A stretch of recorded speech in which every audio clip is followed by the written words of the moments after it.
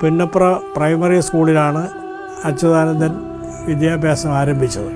അച്യുതാനന്ദൻ്റെ ജീവിതത്തിലെ സമരം എന്ന് പറയുന്നത് വളരെ കുട്ടിക്കാലത്ത് വിദ്യാർത്ഥിയായിരിക്കുമ്പോൾ തന്നെ തുടങ്ങിയതാണ്. അതും ജാതി മേധാവിത്വത്തിനെതിരായിട്ടാണ് അദ്ദേഹത്തിൻ്റെ സമരം. അദ്ദേഹത്തിൻ്റെ 4-ാം വയസ്സിൽ അമ്മ മരിച്ചു. 11-ാം വയസ്സിൽ അച്ഛനും മരിച്ചു. അച്ഛൻ മരിച്ചപ്പോൾ ആ കുടുംബം ആകെ അനാഥമായി. അദ്ദേഹത്തിന് ജൗളിക്കുട കൊണ്ട് മാത്രം ആ കുടുംബം പുലരാൻ കഴിയില്ല എന്ന് ബോധ്യം വന്നപ്പോൾ സ്വയം അദ്ദേഹം 17-ാം വയസ്സിൽ ഒരു കയർ ഫാക്ടറിയിൽ ജോലി ചെയ്തു. കയർ തൊഴിലാളിയായി. പക്ഷേ അതോടുകൂടി ട്രേഡ് യൂണിയൻ പ്രവർത്തനങ്ങൾ പഠിച്ചു. ട്രേഡ് യൂണിയൻകാരുടെ അവിടുത്തെ തൊഴിലാളികളുടെ കണ്ണിലുണ്ണിയായി, അവരുടെ നേതാവായി. അങ്ങനെ ഇരിക്കുമ്പോഴാണ് സഖാവ് പി കൃഷ്ണപിള്ള ആലപ്പുഴയിലേക്ക് വരുന്നത്. നിങ്ങൾ ഒന്ന് കുട്ടനാട്ട് പോകണം. കുട്ടനാട് ആയിരക്കണക്കിന് തൊഴിലാളികൾ കൂലി കിട്ടാതെ അടിമകളെപ്പോലെ ജോലി ചെയ്യുന്ന ഒരു സ്ഥലമാണ്. അപ്പോൾ അവരെ കർഷക തൊഴിലാളികളെ സംഘടിപ്പിക്കണം, അവകാശബോധമുള്ളവരാക്കണം. അവരെ ജോലിക്ക് കൂലി തന്നില്ലെങ്കിൽ പണിമുടക്കും എന്ന നിലവരെ എത്തിക്കാൻ അദ്ദേഹത്തിന് സാധിച്ചു.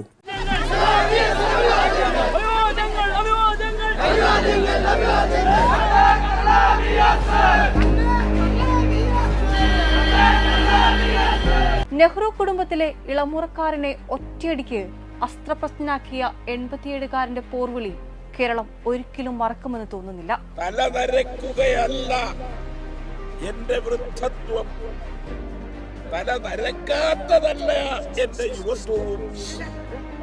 പുതിയ ദുഷ്പ്രഭുത്വത്തിൻ തിരുമുമ്പിൽ തലകുനിക്കാത്തതാണ് എന്റെ യൗവനം. തലകുനിക്കാത്തതാണ് എന്റെ യൗവനം. VS-നെ അല്ലാതെ മറ്റാരെയാണ് യുവത്വത്തിന്റെ ചുറുചുറുപ്പിന് ഉദാഹരണമായി കാണാൻ കഴിയുക? കാലം കണ്ട മികച്ച പ്രാസംഗികൻ, വാക്പ്രയോഗങ്ങളും ഇടപെടലും നിലപാടും കൊണ്ട് കേരളത്തിന്റെ എക്കാലത്തെയും ശുഭത യൗവനം എന്ന വിശേഷണത്തിന് അർഹൻ, തികഞ്ഞ പോരാളി, ജീവിതം തന്നെ സമരമാക്കിയ സഖാവ്.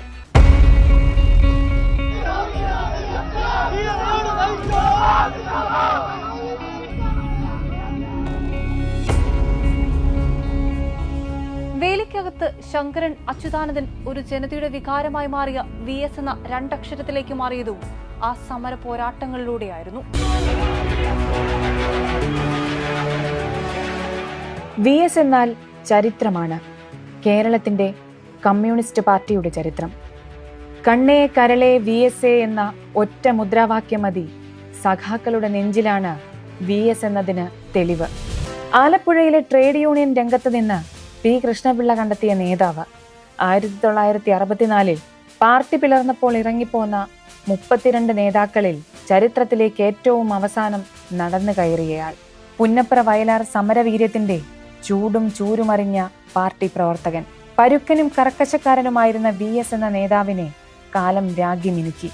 VS-ന്റെ ജനകീയതയിൽ പാർട്ടി പോലും അമ്പരന്നു. വിമർശനങ്ങൾക്ക് നീട്ടിയും കുറുക്കിയും കൂരമ്പ് പോലെയുള്ള മറുപടി. വിഷയം വെട്ടിനിരത്തലായാലും തലോടലായാലും ചിലപ്പോൾ നർമ്മം കലർന്ന്, മറ്റു ചിലപ്പോൾ സാരോപദേശ കഥകൾ പറഞ്ഞ് വാക്കുകൾ കൊണ്ട് എതിരാളികളെപ്പോലും നിഷ്പ്രഭമാക്കുന്ന പ്രകൃതം. VS-ന്റെ വാക്കിന്റെ മൂർച്ചയറിഞ്ഞവരിൽ എണ്ണം പറഞ്ഞ ഇടതു നേതാക്കളും ഉണ്ടായിരുന്നു. സ്വയം ചിരിച്ചും കേൾവിക്കാരെ പൊട്ടിച്ചിരിപ്പിച്ചും VS കത്തിക്കയറുമ്പോൾ അണികളുടെ ആവേശം അണപൊട്ടും. കൃഷിക്കാരന്റെ ഭൂമിയിൽ ആക്രമിച്ചു കിടന്നു, വിളവ് നശിപ്പിച്ചു. കാരണം VS അച്യുതാനന്ദൻ മങ്കൊമ്പിൽ നടത്തിയ ഉദ്ഘാടന പ്രസംഗം വെട്ടി നിരത്തു എന്ന ആഹ്വാനം കൊടുത്തതിന്റെ ഫലമായി സഖാക്കൾ വെട്ടി നിരത്ത് തുടങ്ങി. VS-ന്റെ നേതൃത്വത്തിൽ നടന്ന ഏറ്റവും ശ്രദ്ധേയമായ സമരമായിരുന്നു കുട്ടനാട്ടിലെ വെട്ടിനിരത്തൽ.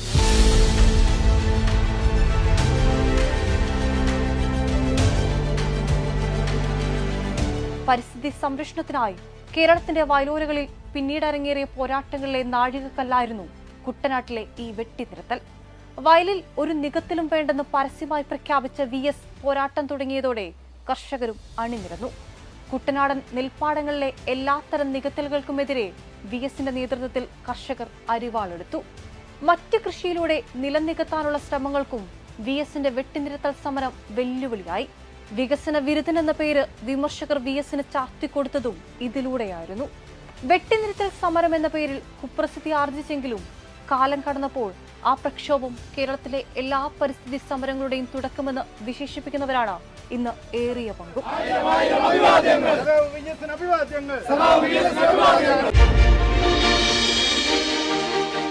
പുന്നപ്പറയിലെ വിപ്ലവകാഹളം VS-ന്റെ ആദ്യ പോരാട്ടം. രാജ്യവാഴ്ചയ്ക്കും ദിവാൻ ഭരണത്തിനും ജന്മിവാഴ്ചയ്ക്കുമെതിരായിരുന്നു അത്. തെക്കൻ കേരളത്തിൽ കമ്മ്യൂണിസ്റ്റ് പാർട്ടിയുടെ വളർച്ചയിൽ നിർണായകമായ പുന്നപ്പറ വയലാർ പോരാട്ടം സായുധ പോരാട്ടത്തിലും രക്തച്ചൊരിച്ചിലുമൊക്കെയാണ് കലാശിച്ചത്. വയലോലകളിലും തെരുവുകളിലും നിറത്തോക്കുകളുമായി പട്ടാളമിറങ്ങിയപ്പോൾ വാരിക്കുന്തവുമായി തൊഴിലാളി സഹാക്കൾ നേരിട്ടു. പാർട്ടി നിർദ്ദേശപ്രകാരം ഇക്കാലത്ത് VS ഒളിവിൽ കഴിഞ്ഞിട്ടുമുണ്ട്. ആത്മകഥയിൽ VS അക്കാലത്ത് ലോക്കപ്പിൽ അനുഭവിച്ച ക്രൂരമർദ്ദനത്തെക്കുറിച്ച് വിവരിക്കുന്നുണ്ട്. ലോക്കപ്പിൻ്റെ പുറത്തേക്ക് കാല് രണ്ടും വലിച്ചിട്ടിട്ട് ചക്കരക്കയറുകൊണ്ട് കാല് പുറത്ത് കെട്ടി അപ്പുറവും ഇപ്പുറവും കെട്ടിയതിന് ശേഷം കാല് തിരിച്ച് ഉള്ളിലേക്ക് വലിക്കാതിരിക്കാൻ വേണ്ടിയിട്ടുള്ള ലാത്തികൾ വെച്ച് കയറുമായിട്ട് കെട്ടി വെച്ചിട്ടാണ് നല്ല ശൂരൽ പിടി കൊണ്ട് അടിക്കുകയാണ് ഓരോ പ്രാവശ്യം ചെയ്യുന്നത്. അടിക്കുമ്പോൾ അതിഭയങ്കരമായ വേദനയാണ് ഈ കാൽ വിളക്കി അവരടിക്കുന്നത്. 25 പ്രാവശ്യം ഏറ്റവും നിഷ്ഠുരമായിട്ട് അടിക്കുമ്പോഴും ഒന്നും പറയുന്നില്ല എന്ന് വന്നു കഴിഞ്ഞപ്പോൾ ഒരു പോലീസുകാരന് ദേഷ്യം തോന്നി. അയാളുടെ തോക്കിൽ ബയനറ്റ് ഫിറ്റ് ചെയ്തിട്ട് കൂർത്തിരിക്കുന്ന ആ ബയനറ്റിൻ്റെ ഭാഗം കൊണ്ട് കാല് വെള്ളക്കി നല്ല സൗകര്യമാണല്ലോ, കട്ടി ഇട്ടിരിക്കുന്നില്ല കുറച്ച്, അങ്ങനെ കുത്തി കഴിഞ്ഞപ്പോൾ വളരെ ശക്തമായ നിലയിൽ ആ പാട്ടിൽ കൂടി രക്തം അങ്ങോട്ട് പ്രവഹിച്ച് ജയിൽ പിന്നെ മുറികളാകെ തന്നെ അകത്തും പുറത്തുമുള്ള ജയിൽ മുറികളാകെ തന്നെ രക്തം കൊണ്ട് പിന്നെ വല്ലാതെ പിന്നെ അവിടെ നിറയുകയാണ് ചെയ്തത്. അങ്ങനെ വന്നു കഴിഞ്ഞപ്പോൾ ഞാൻ അൺകോൺഷ്യസ് ആയിപ്പോയി, ബോധഹീനനായിപ്പോയി. ഉടനെ തന്നെ എടിയൻ നാരായണപിള്ള പറഞ്ഞു, അവൻ ചത്ത് കാണും, അവനെ കാട്ടിലൂടെ എങ്ങനെ കൊണ്ടെറിഞ്ഞു പോര് എന്ന് പോലീസുകാർക്ക് നിർദ്ദേശം കൊടുത്തു. പോലീസുകാർക്ക് നിർദ്ദേശം കൊടുത്തപ്പോൾ സാറെ പിടിക്കുകയും വലിക്കുകയൊക്കെ ചെയ്യാൻ വേണ്ടി സാറന്മാർക്ക് ഒരു സഹായ എന്നുള്ള നിലയിൽ ഞാൻ കൂടെ വരാം എന്ന് പറഞ്ഞിട്ട് അവിടെ 1042 കേസിലെ പ്രതിയായ കോലപ്പൻ, കള്ളൻ കോലപ്പൻ എന്നാണ് അയാളെ അറിയുന്നത്. കോലപ്പനും കൂടെ സാറേ ഞാനും കൂടെ വന്ന് സഹായിക്കാമെന്ന് പറഞ്ഞ് ലോക്കപ്പ് ജീപ്പിൽ കയറി കാടിൻ്റെ അടുത്ത് കൊണ്ടിരിക്കുമ്പോഴേക്ക് ഞാൻ മറ്റേ ചെയ്യുന്നത് കണ്ടിട്ട് പിന്നെ കോലപ്പൻ പോലീസുകാരോട് പറഞ്ഞു, ഏമാനെ ആള് മരിച്ചിട്ടില്ല, അനങ്ങുന്നുണ്ട്, നമുക്ക് പല ആശുപത്രിയിലേക്ക്, സർക്കാർ ആശുപത്രിയിലേക്ക് കൊണ്ടുപോകാം എന്ന് പറഞ്ഞിട്ട് സർക്കാർ ആശുപത്രിയിലേക്ക് കൊണ്ടുപോവുക. സഖാവ് E.K. നായനാർ അദ്ദേഹം മക്കളെയും പിന്നെ മക്കളുടെ മക്കളെയും ഒന്നും ആദ്യം ലാളിക്കാറില്ല, എടുക്കാറില്ല, കൊണ്ടു നടക്കാറില്ല എന്നൊക്കെ പറഞ്ഞത് ഞാൻ കേട്ടിട്ടുണ്ട്. ഇപ്പം മക്കളിവിടെ വന്ന സ്ഥിതിക്ക് താങ്കൾ മകൻ്റെ മക്കളാണെന്നല്ലേ പറഞ്ഞത്? അതെ. മകൻ്റെ മക്കളോടൊക്കെ അവരുടെ കാര്യങ്ങളിലൊക്കെ ശ്രദ്ധിക്കാനൊക്കെ സമയം കിട്ടാറുണ്ടോ? എങ്ങനെയാണ്, ലാളിക്കാറുണ്ടോ? ഇടക്കിടക്കില്ല, ഞാൻ അവരെ വിവരങ്ങളൊക്കെ അന്വേഷിക്കുകയും പഠനത്തിൻ്റെ നിലവാരം. കമ്മ്യൂണിസ്റ്റുകാർ അങ്ങനെ മക്കളെ ഒന്നും അധികം സ്നേഹിക്കാൻ പാടില്ലെന്നുണ്ടോ? അതെ, എന്നൊക്കെ ഉള്ള പ്രചാരവേലകളും ഏതാണ്ട് പൊക്കമൊക്കെ വെച്ചിട്ട് തുല്യതയുടെ അടിസ്ഥാനത്തിൽ സമത്വം എന്ന് പറഞ്ഞാൽ പൊക്കം കൂടുതലുള്ളവരുടെ തല വെട്ടുക, ഇതൊക്കെയാണ് കമ്മ്യൂണിസ്റ്റുകാർ ചെയ്തുകൊണ്ടിരിക്കുന്നതെന്ന് പറഞ്ഞുകൊണ്ടാണ് ഒരു കാലത്ത് മതപുരോഹിതന്മാരും പിന്നീട് അറിവിന്തിരിപ്പന്മാരായിട്ടുള്ള ആളുകളും എല്ലാം കമ്മ്യൂണിസ്റ്റുകാരെ സംബന്ധിച്ച് ആക്ഷേപിച്ചിട്ടുള്ളത്. അങ്ങനെ ആക്ഷേപിക്കുന്നവരുടെ കൂട്ടത്തിൽ ഇതും ഞങ്ങളുടെ ആദ്യകാലത്തെ നേതാക്കന്മാരുടെ കൂട്ടത്തിൽ ചിലരെ അവിവാഹിതരായിട്ട് ജീവിതാവസാനം വരെ കഴിഞ്ഞവരുണ്ട്.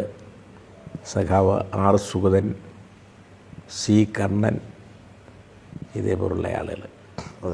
അപ്പോൾ വിവാഹ ജീവിതമേ വെറുക്കുന്നവരാണ് കമ്മ്യൂണിസ്റ്റുകാരെന്ന് അങ്ങനെയുള്ള ആരെ ഉറ്റുനോക്കിക്കൊണ്ട് അതിന് വിരുദ്ധമായി 10,000-കണക്കിന് കമ്മ്യൂണിസ്റ്റുകാർ കുടുംബജീവിതവും കുട്ടികളൊക്കെ ആയിട്ടുള്ളത് ഉണ്ടെങ്കിലും ഇങ്ങനെയുള്ള ആളുകളെ ചിലരെ ഉയർത്തിക്കാട്ടിയിട്ട് ഇങ്ങനെ വിഭാര്യന്മാരാണ് എന്നുള്ള തരത്തിലുള്ള ആക്ഷേപം വന്നിട്ടുണ്ട്. ആ നിലയിൽ കുട്ടികളോടുള്ള സ്നേഹമോ കുടുംബത്തോടുള്ള സ്നേഹമോ ഒന്നുമില്ലാതെ വെറും മൊരട്ടന്മാരായിട്ടുള്ളവർ കമ്മ്യൂണിസ്റ്റുകാരെ ചിത്രീകരിച്ച് സമൂഹത്തിൽ ഒറ്റപ്പെടുത്താൻ വേണ്ടിയിട്ട് ഉള്ള ശ്രമം നടന്നിയ കൂട്ടത്തിൽ ഇത്തരം ആക്ഷേപങ്ങൾ വന്നുയർന്നിരുന്നു എന്നുള്ളത് സത്യമാണ്.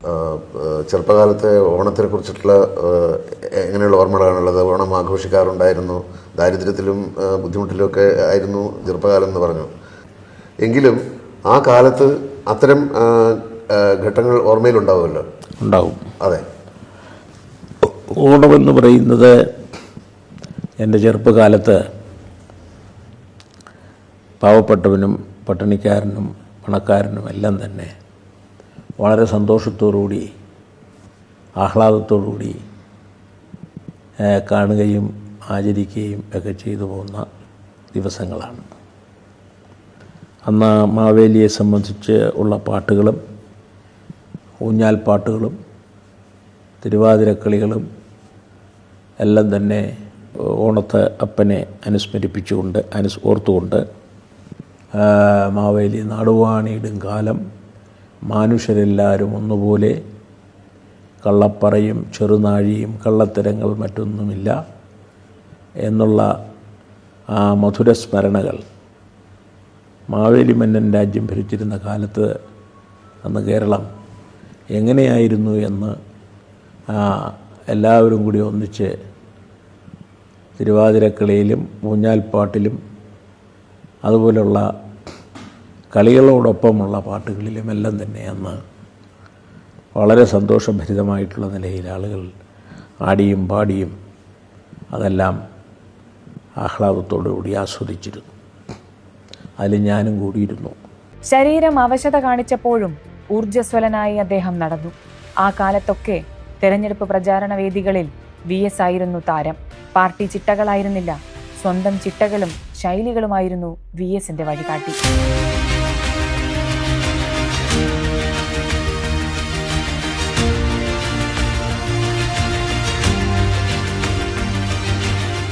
ജീവിതം തന്നെ വിപ്ലവമാക്കിയ സമരനായകൻ, അതാണ് VS. കാലം സാക്ഷി, ചരിത്രം സാക്ഷി. രാഷ്ട്രീയ ചരിത്രത്തിൽ ഒരേയൊരു VS ഇനി ഓർമ്മകളിലെ ജ്വലിക്കുന്ന വിപ്ലവ നക്ഷത്രം. ജൗളിക്കടയിൽ നിന്ന് കേരളത്തിന്റെ മുഖ്യമന്ത്രി കസേരയിലേക്കുള്ള VSന്റെ സമരയാത്രകളെ ആത്മകഥയിൽ അവതാരകൻ PK പ്രകാശ് മരക്കുടിലിൽ നിന്ന് വൈറ്റ് ഹൌസിലേക്ക് നടന്നു കയറിയ എബ്രഹാം ലിങ്കന്റെ ജീവിതത്തോടെയാണ് താരതമ്യം ചെയ്തത്. കാർക്കശ്യമുള്ള സെക്രട്ടറിയായി പാർട്ടിയെ മുന്നിൽ നിന്ന് നയിക്കാൻ VS അരയും തലയും മുറുക്കി രംഗത്തെത്തി. പാർട്ടിക്കുള്ളിലെ പോരാട്ടവും ശുദ്ധികലശവും പ്രധാന ചുമതലയെ കണ്ടു എന്ന് വിമർശിച്ചവരും കുറവല്ല. കർക്കശക്കാരനായ പാർട്ടി നേതാവിൽ നിന്ന് VS കേരള ജനതയുടെ വികാരമായി മാറുന്ന പോരാട്ടത്തിലേക്ക് നടന്നു കയറുകയായിരുന്നു. മതികെട്ടാനിലെ ഭൂമി കയ്യേറ്റവും പ്ലാച്ചിമടയിലെ കുടിവെള്ള പ്രശ്നവും മറയൂരിലെ ചന്ദനക്കൊള്ളയും ഇടമലയാർ കേസും ഐസ്ക്രീം പാർലർ കേസും കിളിയൂരിലെ VIP-യും മൂന്നാറിലെ കയ്യേറ്റം ഒഴിപ്പിക്കാനുള്ള ആദ്യഘട്ട പരിശ്രമങ്ങളും കൂടംകുളം നിലപാടുമെല്ലാം VSന്റെ പ്രതിച്ഛായ പാർട്ടിക്കപ്പുറത്തേക്കുള്ള പുതിയ മാനങ്ങളിലേക്ക് എത്തിക്കുകയായിരുന്നു. 80-ാം വയസ്സിൽ മതികെട്ടാമലയുടെ മുകളിൽ കയറി നിന്ന VS കേരളത്തിന്റെ ശുഭിത യൗവനമാണ് താനെന്ന് കൂടിയാണ് പ്രഖ്യാപിച്ചത്. പാലക്കാട് ജില്ലയിലെ ചിറ്റൂരിനപ്പുറമുള്ള പ്ലാച്ചിമടയിലെ കുടിവെള്ളം മുട്ടിച്ച കോള കമ്പനിക്കെതിരെ ജനങ്ങൾക്കൊപ്പം VSും സമരമുഖത്തെത്തി. കൃഷി ഉപജീവനമാക്കിയ ജനങ്ങൾക്ക് കുടിക്കാൻ പോലും വെള്ളമില്ലെന്ന യാഥാർത്ഥ്യം ലോകത്തിന് മുന്നിലെത്തിച്ചു. പ്ലാച്ചിമട വിഷയത്തിൽ ആന്റണി സർക്കാരിനെ നിയമസഭയ്ക്കകത്തും പുറത്തും വിറപ്പിക്കാൻ VSന് സാധിച്ചു. ഒടുവിൽ കോള കമ്പനി സമരത്തിന് മുമ്പിൽ മുട്ടുമടക്കി. ന്യായമായ ആവശ്യമാണ് പ്ലാച്ചിമട സമരസമിതി ഉയർത്തിയിരിക്കുന്നതെന്ന് അത് അനുശരിതമാണ്. ഒടുവിൽ കേരളത്തിന്റെ മുഖ്യമന്ത്രി കസേരയിൽ VS അമർന്നിരുന്നു.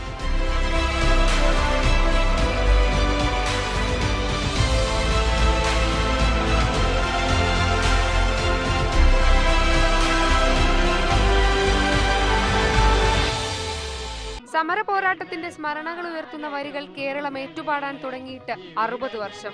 ചെങ്കൊടിക്കും മുദ്രാവാക്യങ്ങൾക്കുമൊപ്പം സിരകളിൽ ആവേശം നിറച്ച ആ വരികളെ ഓർത്തെടുത്തപ്പോൾ 2 വരി മൂളാതിരിക്കാനായില്ല പഴയ സമരനായകന്.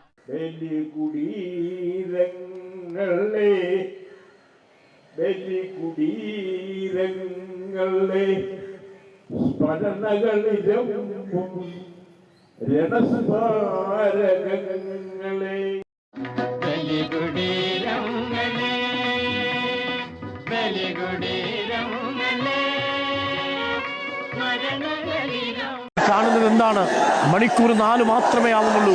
ഒരു നഗരം ഒന്നാകെ ഇറങ്ങി വന്നിരിക്കുന്നു VS-നെ കാണാൻ. കണ്ണേ കരളേ VS-എ, ഞങ്ങളുടെ ചങ്കിലെ റോസാപ്പൂവേ എന്ന് കണ്ഠമിടറി വിളിക്കുകയാണ് VS-ന്റെ പ്രിയപ്പെട്ടവർ. VS-നെ കാണാനും കേൾക്കാനും VS-നോട് പറയാനുമായി എത്തിയ മനുഷ്യര് VS-നെ കാണാൻ വേണ്ടി എത്തിയിരിക്കുന്ന കാഴ്ച. നേരത്തെ നമ്മളുടെ ക്യാമറ ഫ്രെയിമിൽ ഒരാൾ പറഞ്ഞത് ഇനി ഇല്ലല്ലോ VS എന്നാണ്. ഞങ്ങൾക്കിനി VS-നെ കാണാൻ പറ്റില്ലല്ലോ എന്നാണ്. ഞങ്ങൾ കണ്ട VS-നെ ഇല്ലല്ലോ എന്നാണ്. ആ VS-നെ ഒരു നോക്ക് കാണാൻ വേണ്ടി എത്തിയ മനുഷ്യനാണ്.